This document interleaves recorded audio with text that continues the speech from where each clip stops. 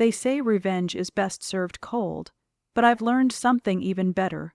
Success tastes sweetest when it's served in silence, when the same people who hurt you are left drowning in their own choices. My name is Margaret Collins, and when I was 64 years old, my husband of 39 years decided to walk away from our home, our vows, and the life we built.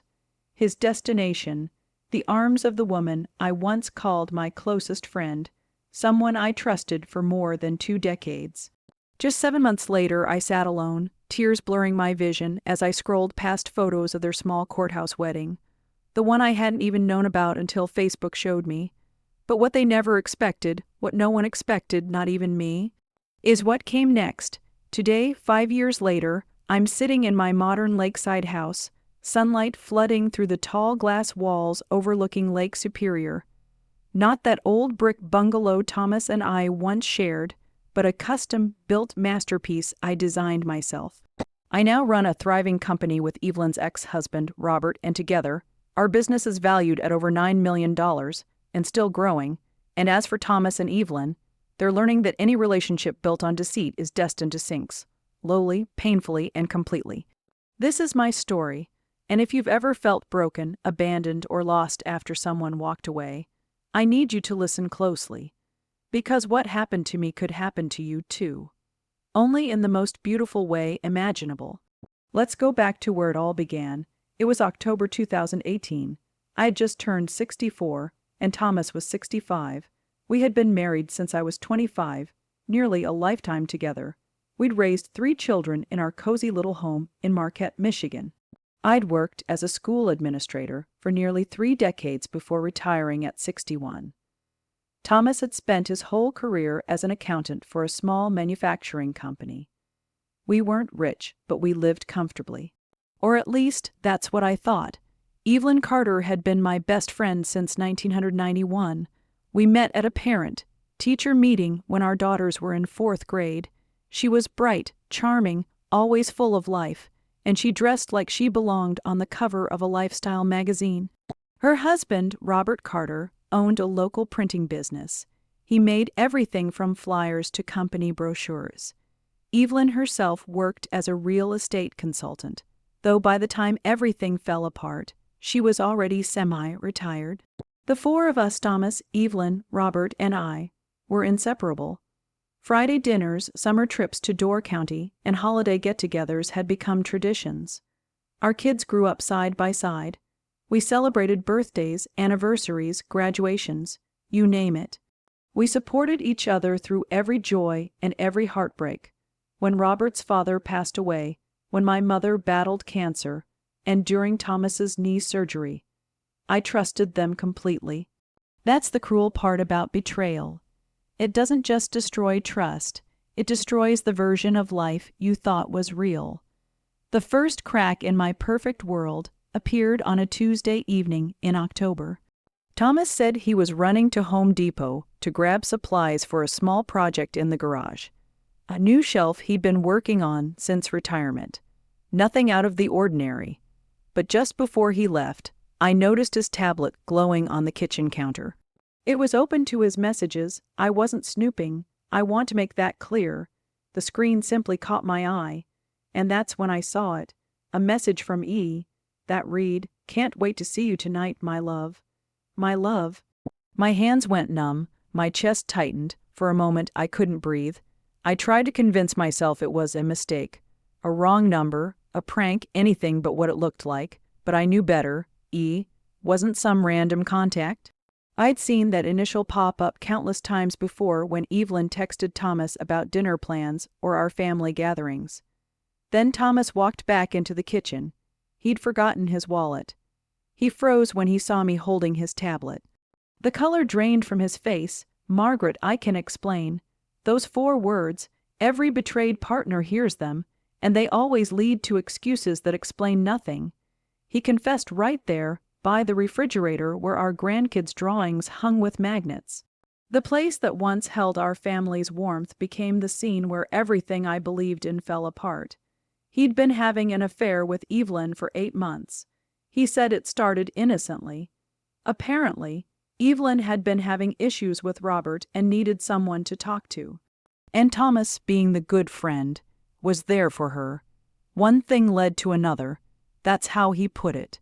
As if a friendship that spanned decades and a marriage that lasted nearly 40 years could just crumble by accident, as if vows, trust, and loyalty were suggestions instead of promises.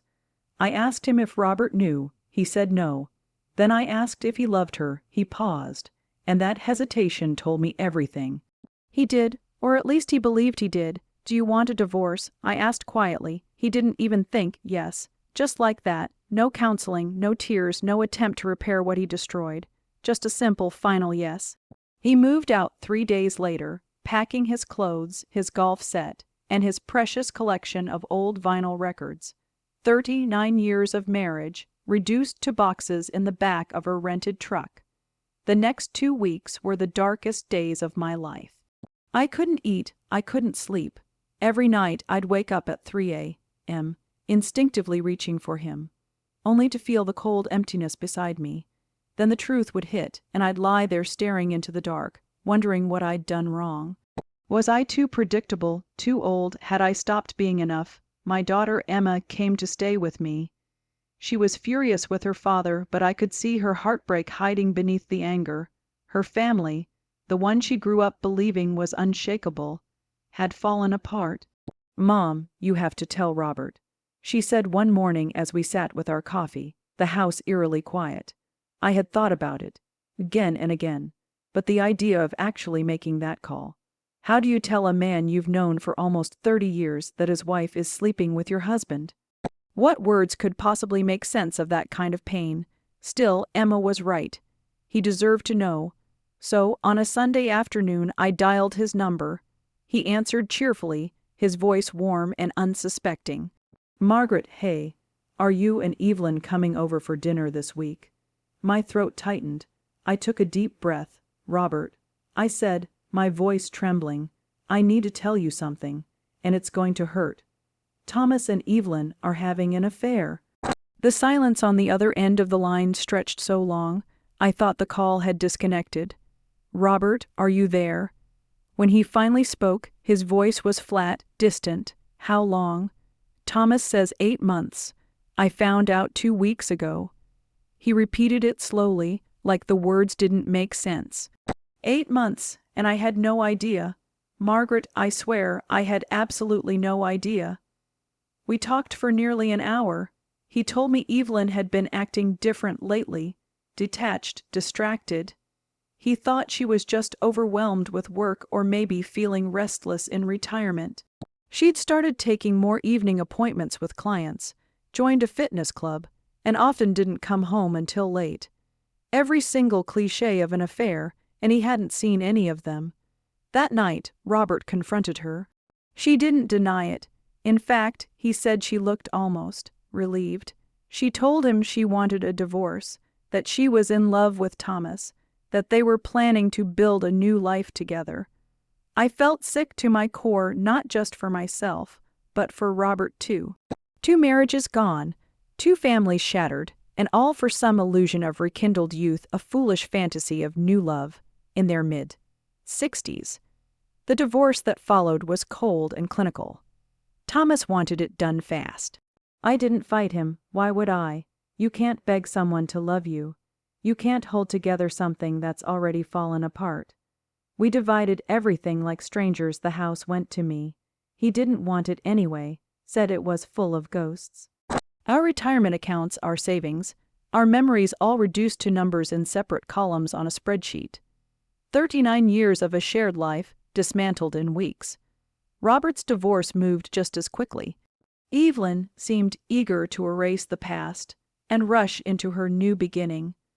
Only 6 months after Thomas walked out of our kitchen with his half-hearted confession, the 2 of them got married. Quietly, at the county courthouse. I didn't hear it from them, of course. I found out through a screen-shot my friend Linda sent me. There it was, a smiling photo of Thomas and Evelyn, hand in hand, signing their marriage license.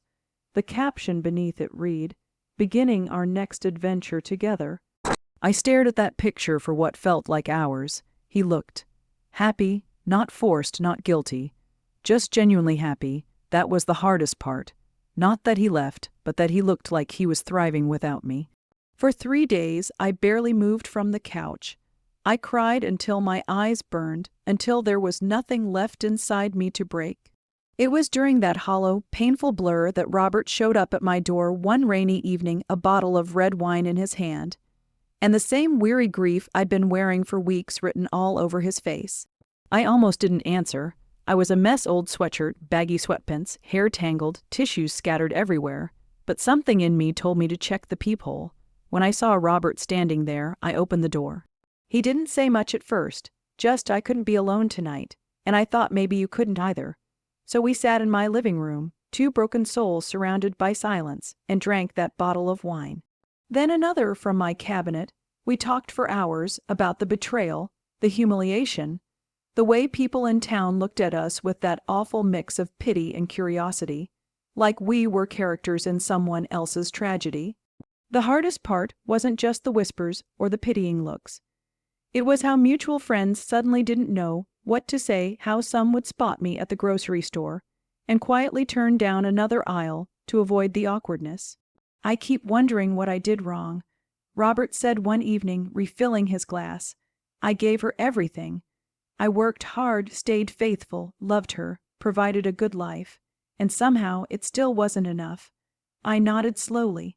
I know exactly what you mean. I've replayed nearly 40 years in my head, searching for the moment I failed. When did I stop being enough? He looked at me then, his eyes red and tired, voice steady but full of hurt. You didn't fail, Margaret. They did. They're the ones who broke their vows, who destroyed trust, who blew up everything for a passing fantasy. They traded something real for something temporary. Built love, I murmured. I like that phrase. My grandmother used to say love isn't a feeling. It's a house you build together, brick by brick, year after year. What Thomas and Evelyn have isn't built love. It's a fresh coat of paint over cracks they refuse to see. We talked until 2 in the morning. And somewhere in that long, raw conversation, something inside me shifted. The heaviness I'd been dragging around for months felt just a little lighter, because for the first time I wasn't alone. Someone else understood the ache, the anger, the confusion. After that night, Robert started coming by once a week. We'd cook dinner, watch old movies, laugh about our kids, talk about life before everything fell apart. It wasn't romantic. Neither of us was ready for that. Maybe we never would be, but it was something just as important. It was companionship, it was understanding, it was healing. About 3 months into this quiet friendship, Robert mentioned that his printing business was barely staying afloat. Digital marketing's taken over. He said, no one needs printed materials anymore. I'm thinking about selling, or just shutting it down. What if you didn't close it? I asked. He gave me a curious look. What would I even do with it? By then, I'd spent endless hours online, half out of distraction, half out of restlessness, and I'd noticed something. There's a growing market for personalized memory books, custom photo albums, legacy printing services, I explained. Think about it, Robert. People our age, we have decades of memories, but they're sitting in boxes or lost on computers. What if we helped people turn those moments into beautiful, professionally printed keepsakes? Family histories, life stories, legacy albums, something they could pass down to their grandchildren. Robert leaned forward, eyes lighting up for the first time in months. Keep talking, he said. Think about it. I continued. People our age, we're not as tech-savvy as our kids, but we have the stories, the photos, the memories that shaped our lives. We want to preserve them. We just don't always know how. I could feel the idea building as I spoke. We could offer a complete start to finish service. Clients send us their photos and stories, and we turn them into something beautiful. High-quality memory books, printed on archival paper, bound professionally. Something that could last for generations. Robert sat back, thinking. That's actually brilliant, he said slowly. I already have the printing machines. I just need to upgrade a few for photo-quality printing. Then he paused, looking at me. But Margaret, do you know anything about design, or running a business? I smiled a little. No, but I can learn. I spent 30 years managing an entire school office, schedules, budgets, staff, parents. I know how to organize things, handle clients, and keep everything running smoothly. You handle production, I'll handle operations. He was quiet for a moment, tapping his glass against the table. Then he nodded, all right. He said, we'd be partners, equal partners, 50-50. He reached across the table and extended his hand. Let's do it. And just like that, we shook on it. Two broken people sitting in a living room surrounded by tissues and takeout containers, deciding to build something new from the ruins. Looking back, it was probably insane. Two people in their mid-60s, still reeling from heartbreak, starting a business with no plan, no investors, and not much experience. But maybe that's what made it work. Sometimes, when life collapses, a little bit of crazy is exactly what you need to rebuild. We called the company Heritage Prints. Robert took out a small loan against his old printing shop, enough to upgrade his machines and rent a modest office downtown. And just like that, our new chapter began, quietly, cautiously, but with something we hadn't felt in a long time: purpose. I put in $16,000 from my divorce settlement. It was a gamble, and at my age, it wasn't the kind of risk you could easily recover from. But something inside me had woken up, something fierce and alive that I hadn't felt in years. I was done being the victim, done crying, done feeling like my life had ended when Thomas walked out the door. I was 67 years old, and I was starting over, and this time I was determined to win. The first 3 months were brutal. Robert and I built a simple website, though neither of us had any idea what we were doing. We designed a few sample books and started visiting senior centers, retirement homes, and local libraries, offering free workshops on preserving family memories. Our very first client was a 72-year-old woman named Doris. Her husband had passed away just months before. She brought us boxes of photographs, their wedding day, their 5 children growing up, family holidays, beach trips, birthdays. She wanted to create a memory book for each of her kids.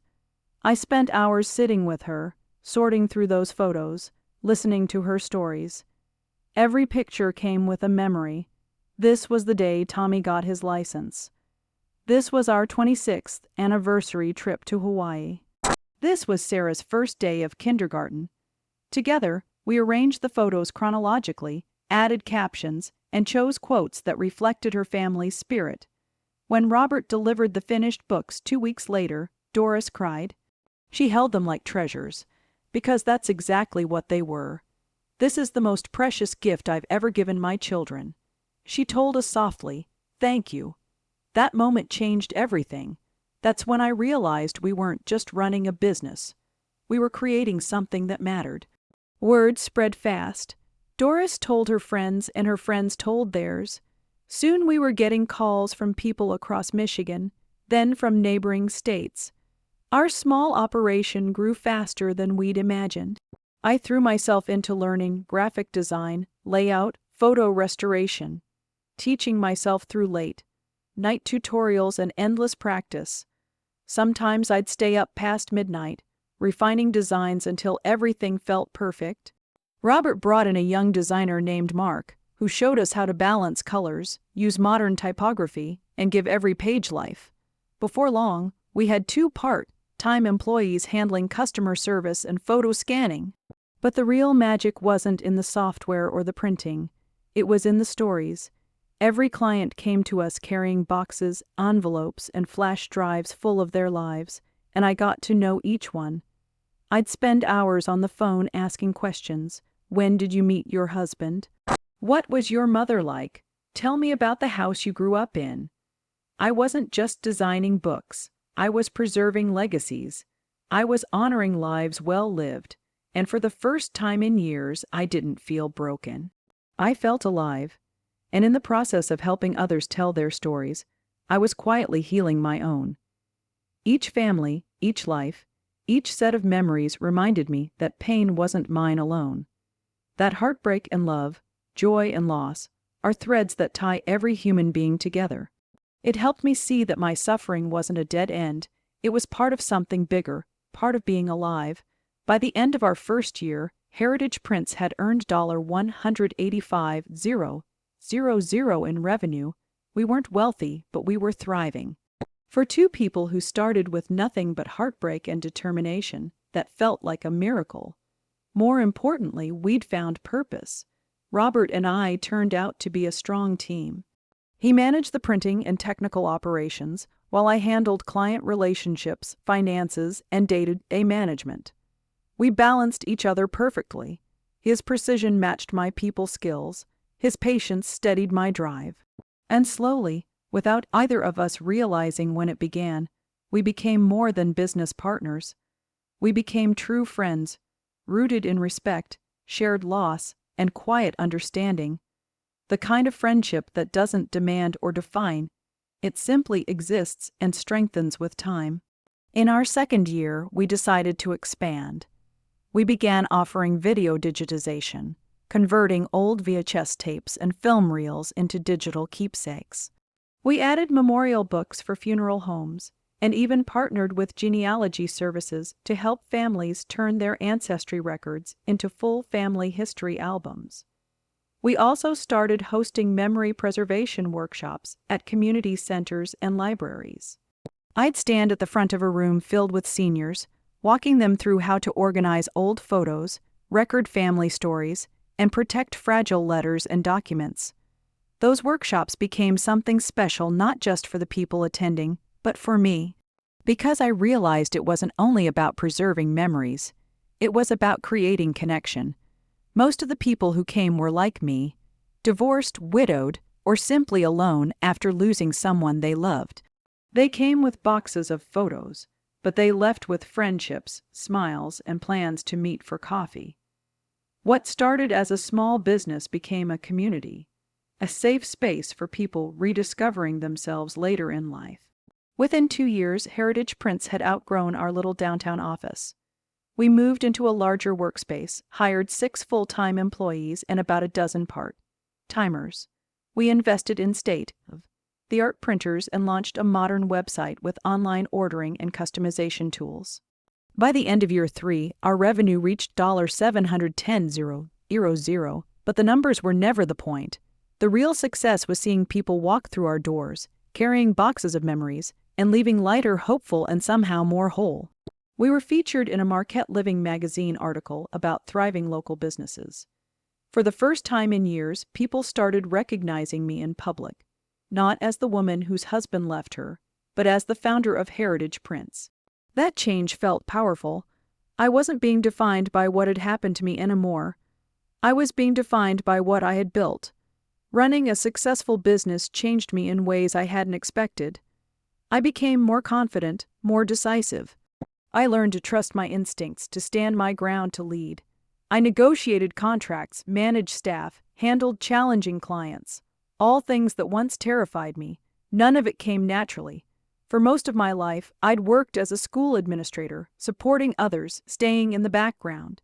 Leadership wasn't something I'd ever imagined for myself, but I discovered something extraordinary. I was good at it. I was good at seeing both the big picture and the small details. I was good at making people feel valued and understood. All those years of organizing classrooms, managing teachers, and comforting anxious parents had trained me for this moment. I just hadn't known it. My relationship with Robert evolved too. We weren't just business partners anymore. We were real friends.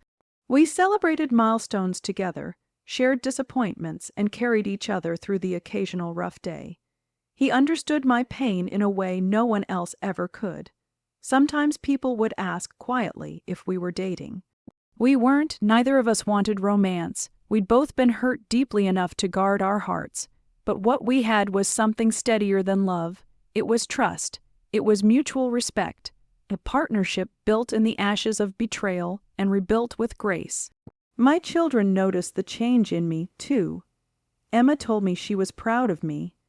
My son, David Jr., who had kept his distance during the divorce, started calling more often. And my youngest, Anna, began bringing her children to the office just to see what Grandma was building. One evening over dinner, Emma looked at me with a smile. "Mom," she said, "I think you're happier now than I ever remember you being, even before Dad left." She was right. I was happy, not in spite of what happened, but because of it. The betrayal that once shattered my life had forced me to rebuild. And what I created was stronger, brighter, and entirely mine. Of course, living in the same city as Thomas and Evelyn meant that, eventually, our paths would cross. The first time was about 18 months after their wedding. I was at a restaurant with Robert and Mark, celebrating a big contract we'd just landed with a regional senior living chain. I saw them across the room before they noticed me. Thomas still carried himself the same way, confident, comfortable, certain the world would always bend to him. Evelyn looked polished, but there was a tension in her smile I recognized immediately. And in that moment, sitting there in my tailored navy blazer, laughing with my team, surrounded by the people who helped me rebuild my life, I realized something. I no longer felt anger, no jealousy, no pain, just peace. Thomas and Evelyn were sitting in a corner booth. They weren't smiling. He looked worn down, older than I remembered. His shoulders slumped, his hair grayer, his expression dull. Evelyn, on the other hand, was talking fast, waving her hands as she spoke. Thomas wasn't listening. He just stared at his plate with that same faraway look I'd seen so many times before. It was the look he got when he'd rather be anywhere else. Then Evelyn looked up and saw me. Her face went pale, color rising beneath the makeup she always wore too perfectly. She leaned across the table and whispered something. Thomas turned, saw me, and froze.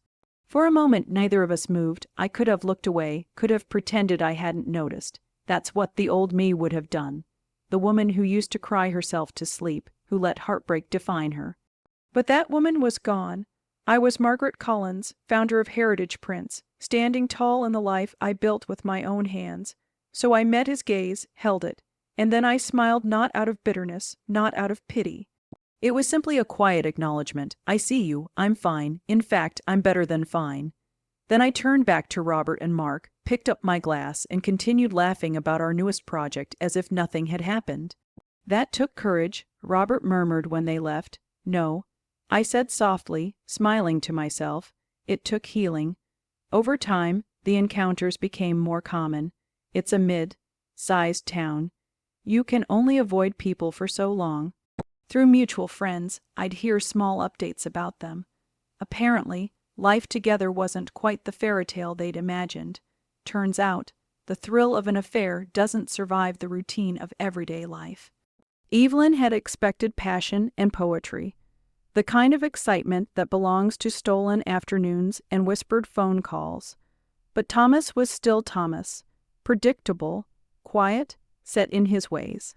The man who once risked everything for her was now the same man who dozed off in his recliner before 7:30 every night. Who would have thought? Thomas had imagined that life with Evelyn would be exciting and spontaneous, filled with adventure and passion. But the reality was far different. Evelyn turned out to be high maintenance, restless, and constantly seeking validation. She always wanted to go out, to be seen, to prove to the world that their relationship was something extraordinary. The woman he'd once risked everything for had turned out to be just another human being, with flaws, insecurities, and habits that graded over time.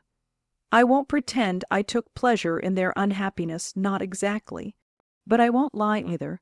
There was a certain quiet satisfaction in knowing that the life they'd destroyed mine for wasn't the paradise they'd imagined. Then came year 3. The year everything changed. We were approached by a national senior living corporation that owned facilities across 15 states. They wanted to partner with Heritage Prints to offer our services to over 51,000 residents. The contract was worth $4 million over 3 years. When we signed it, Robert and I just sat there in my office, staring at the papers in disbelief. "We did it," he said finally. "We actually did it." I whispered back. That moment changed everything. We had to scale up fast, moved into a 9,500-square-foot facility, hired a full team including a chief operating officer, and upgraded to commercial grade equipment. We even developed a training program to replicate our services across multiple partner locations nationwide. My modest salary suddenly became substantial. For the first time in my life, I was earning a six-figure income at 72 years old, but the real reward wasn't the money, it was the impact. We were now preserving memories for thousands of families. We'd created 45 jobs in our community. We had built something that mattered, something enduring. That year, I bought my lake-front home, the modern glass-walled sanctuary I mentioned earlier.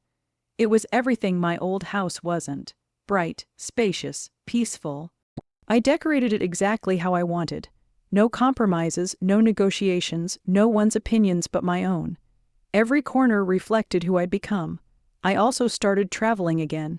That summer, Robert and I went to Italy. Not as a couple, but as friends celebrating the life we'd built from ashes. We ate pasta in Rome, sipped wine in Tuscany, and laughed until our sides hurt. For the first time in years, life felt full again, rich, meaningful, free. Then, in year 4, life delivered one final twist. Through a friend, I heard that Thomas and Evelyn were struggling financially.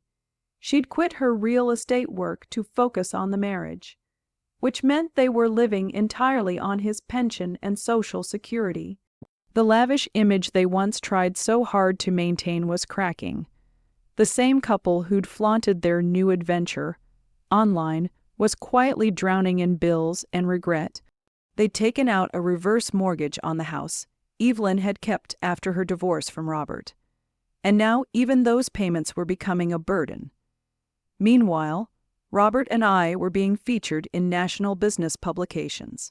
Our story, two heartbroken seniors who turned pain into purpose, was everywhere, in Marquette and even across Michigan.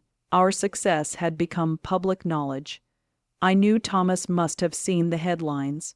He couldn't miss them, and I could imagine how it must have stung his ex-wife. The woman he once dismissed as ordinary, predictable, and dull, had become a millionaire businesswoman, while he, the man who chased excitement, was now living with the consequences of his own choices. Then one afternoon my phone rang. The name flashing across the screen made my stomach tighten for a second. Thomas Harding. I hadn't spoken to him in over 3 years. I answered anyway. "Margaret," he said quietly, his voice uncertain. "I know you probably don't want to hear from me." I took a breath. "What do you want, Thomas?" "I heard about your company, how successful you've become. I'm really happy for you." I waited. There was always more. He hesitated. "Things have been hard for Evelyn and me financially. I was wondering if maybe Heritage Prince could use an accountant part-time. I could help with the books." The audacity almost made me laugh. "No," I said firmly. "Margaret, please, I know I hurt you, but we spent almost 40 years together. That has to count for something. I'm struggling, and you're doing so well. I just thought." "You thought what?" I cut in. "That I owe you something. That after everything you did, I should give you a job." He was silent. "I thought you might be willing to help an old friend," he said weakly. That's when I actually laughed. "We're not friends, Thomas. We're not anything. You made your choice. You left me for her. You built your new life. Now live it. Don't call me again." And I hung up. My hands were shaking, but it wasn't fear this time. It was power. For the first time in my life, I hadn't bent, apologized, or softened. I had stood up for myself. When I told Robert later, he smiled and pulled me into a hug. "I'm proud of you, Margaret," he said simply. By year 5, Heritage Prince was valued at $5 million. We'd been approached by several companies wanting to buy us out, offering us enough money to retire in comfort for the rest of our lives. We talked about it seriously, weighing the options. We could sell, walk away with millions, and finally rest, but in the end we both knew we didn't want to, because this business was never about money. It was about meaning. It was about the tears in a client's eyes when they held their finished memory book. It was about the joy in our employees' voices when they said this was the best job they'd ever had. It was about the community that had formed around our little dream. So, we decided to keep going, to grow, to give, to keep building what we loved. By then, I was 73, and so was Robert. Most people our age were slowing down, winding their lives toward quiet retirement. But not us. We were just getting started, Instead of slowing down, Robert and I kept building, expanding, planning, dreaming about what came next. My children could hardly believe the transformation. "Mom," Anna said during dinner one night, smiling across the table, "you're like a completely different person." I shook my head gently. "No." I told her I'm more myself than I've ever been. I just didn't know this version of me existed before.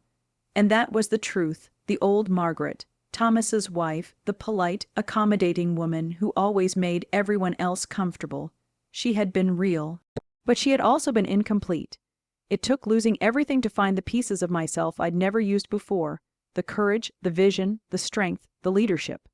Now, sitting in my lake front home, watching the sun dip below Lake Superior, I often think about how far I've come.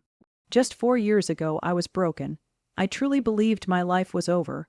I'd been discarded after nearly 40 years of marriage rape, laced by someone I'd once called my best friend. But what I thought was the end turned out to be my beginning. Today, Robert and I run a multi-million-dollar company. We employ nearly 60 people. We've helped preserve memories for more than 14,000 families.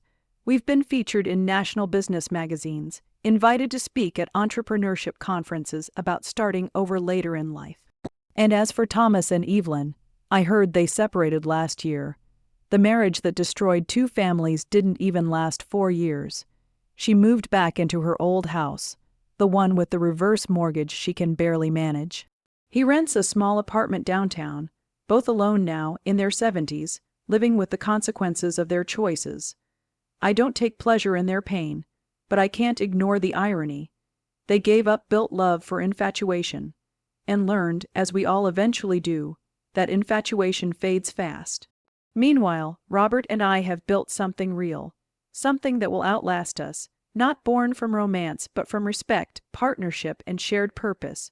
So if you're reading, or listening, to this and you've been betrayed, left, or discarded, I want you to hear me clearly. Your life is not over. Your story is not finished. What happened to you was not your fault.